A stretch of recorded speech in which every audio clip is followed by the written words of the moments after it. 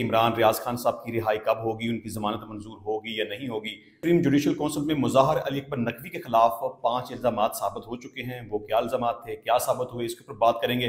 Punjab assembly में इमरान खान, शाह महमूद कुरैशी और दीगर जो पाकिस्तान तहरीक इंसाफ के लोग इस वक्त जेलों के अंदर बंद हैं, उनकी रिहाई के हवाले से और कुछ सहाफ़ियों की रिहाई के हवाले से एक करारदाद जमा करवाई गई है। हुकूमत की तरफ से जो इस वक्त जेल के अंदर मौजूद कैदी हैं, उनके लिए एक बड़ी अच्छी खबर है, उनकी रिहाई का हुक्म जारी किया गया है। मैं इब्रार अहमद महर एडवोकेट, आज हम 4 मुख्तलिफ टॉपिक्स के ऊपर बात करेंगे। एक तो ये कि आज इंसदाद दहशतगर्दी अदालत लाहौर के अंदर इमरान रियाज खान की रिहाई के हवाले से एक दरख्वास्त जमानत पेंडिंग थी, उसके ऊपर समाअत हुई। डिस्कस करेंगे कि इमरान रियाज खान साहब की रिहाई कब होगी, उनकी जमानत मंजूर होगी या नहीं होगी।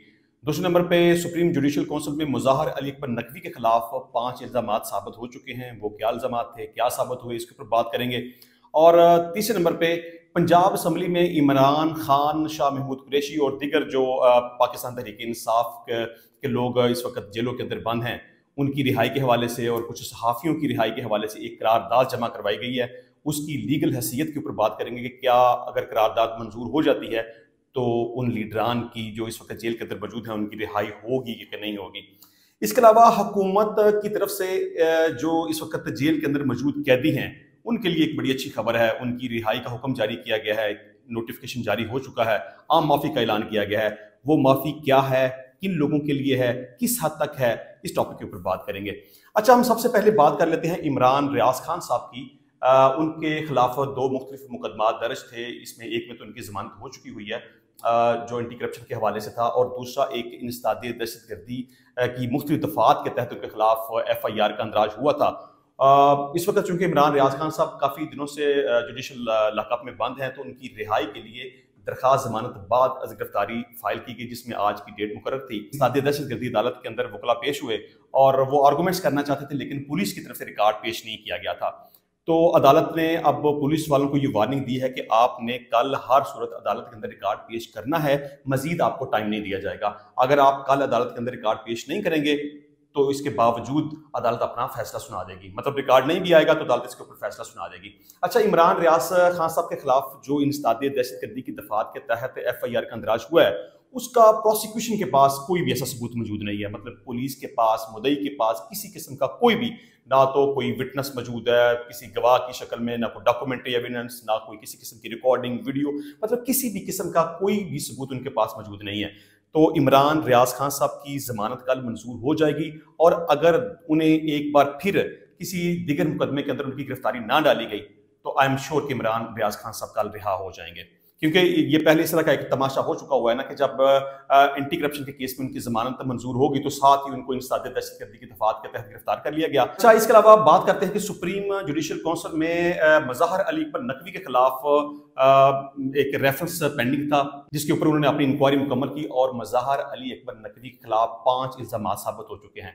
एक तो ये कि मुज़ाहर नकवी में लालच ना होने का नहीं कहा जा सकता। चौधरी शहबाज केस में जाती मफाद और जानते बूझते हुए कम उम्र बच्चों को कीमती जायदाद से महरूम किया गया। दूसरे नंबर पे दौरान मुलाजमत कीमती तहाइफ वसूल किए, तहाइफ में 50 लाख रुपए, और बेटों की जन्म से 2 प्लाट मामूली कीमत पर लेना शामिल है।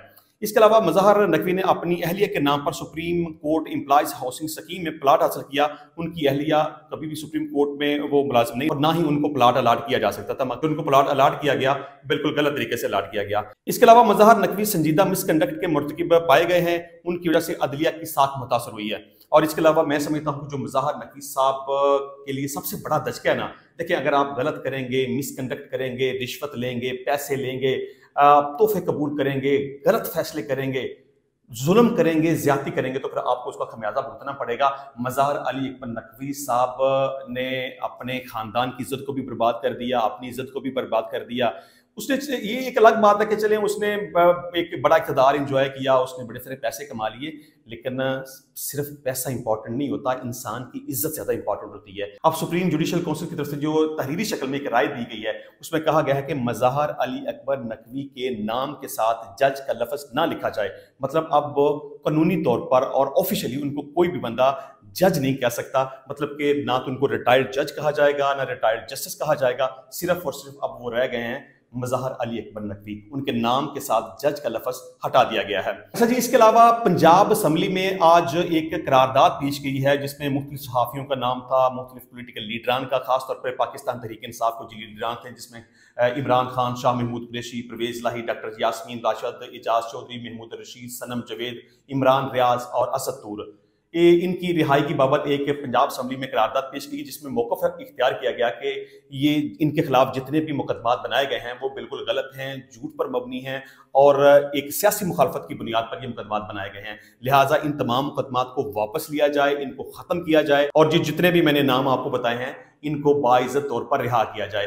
अच्छा, इसकी अगर हम लीगल पोजीशन के ऊपर बात करें, चलें ठीक है, ये करारदाद जमा करवा दी गई है। पहली बात तो ये कि करारदाद मंजूर नहीं होगी क्योंकि इस वक्त पाकिस्तान तहरीक इंसाफ के पास मेजॉरिटी नहीं है, वो कोई भी करारदाद मंजूर नहीं करवा सकते। लेकिन आप फर्ज कर लें कि जो करारदाद पेश की गई है वो मंजूर भी हो जाती है, तो फिर भी पंजाब असम्बली के पास ऐसा कोई कानूनी इख्तियार मौजूद नहीं है कि वो इन लीडरान को, इन सहाफ़ियों को छोड़ने का हुक्म जारी कर सके। करारदाद मंजूर हो सकती है लेकिन इसका कोई लीगल इंपैक्ट कोई नहीं है, इसकी कोई लीगल हैसियत कोई नहीं है क्योंकि इनके खिलाफ बहुत सारे मुकदमात ऐसे हैं जो कि अभी पेंडिंग हैं, अंडर ट्रायल हैं, किसी में इनको सजा हो चुकी है, कुछ केसेस रिमांड के ऊपर हैं, कुछ किसी में केस की समाअत वगैरह हो रही है। तो ये सिर्फ और सिर्फ अदलिया का काम है। अदालतें इसमें केसेस को खत्म कर सकती हैं, उसमें बरी कर सकती हैं, उसमें सजा दे सकती हैं, व्हाटएवर। लेकिन पंजाब असम्बली के पास कोई कानूनी इख्तियार मौजूद नहीं है कि अगर करारदाद मंजूर भी हो जाए तो वो किसी भी शख्स को रिहा करने का हुक्म जारी नहीं कर सकती। अच्छा जी, आ जाते हैं अपने चौथे टॉपिक की तरफ कि हुकूमत की तरफ से कुछ अफराद के लिए आम माफ़ी का ऐलान किया गया है।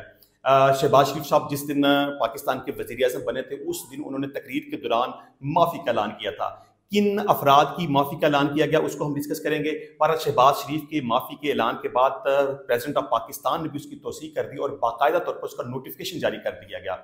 इसमें दो किस्म के लोग हैं जिनके लिए माफ़ी का ऐलान किया गया है, एक तो औरतें और दूसरे नंबर पे बच्चे। यानी औरतों और बच्चों के लिए ये माफ़ी का ऐलान किया गया है, वो औरतें और वो बच्चे जिनको 2 साल तक सज़ा हुई है, मतलब कि जिनकी सज़ा 2 साल से कम रहती है या जिनको सज़ा ही 2 साल तक हुई है, उनके लिए ये माफ़ी का ऐलान किया गया है। लेकिन इसमें वो लोग शामिल नहीं हैं, मिसाल के तौर पर जिनके खिलाफ दहशतगर्दी की दफात के तहत मुकदमात दर्ज किए गए हैं, जसूसी के, अगवा, जना, कत्ल, डकैती, मतलब कि जो हीनियस नोयत के, मतलब कि संगीन नोयत के जराइम हैं, उनमें जो अफराद मुलव्वस हैं वो बेशक औरतें हैं या बच्चे हैं, व्हाटएवर, लेकिन जो संगीन नोयत के मुकदमात हैं उनके लिए माफ़ी का ऐलान नहीं किया गया। अच्छा, इसके अलावा मर्दों के लिए भी माफ़ी का ऐलान किया गया है। वो मर्द हजरात जिनकी उम्र 65 साल या उससे ज़्यादा है और वो 1/3 से ज़्यादा अपनी सज़ा भुगत चुके हैं। मिलते हैं नेक्स्ट टाइम नई वीडियो में नए टॉपिक के साथ, तब तक के लिए इजाज़त दीजिए। अल्लाह हाफ़िज़।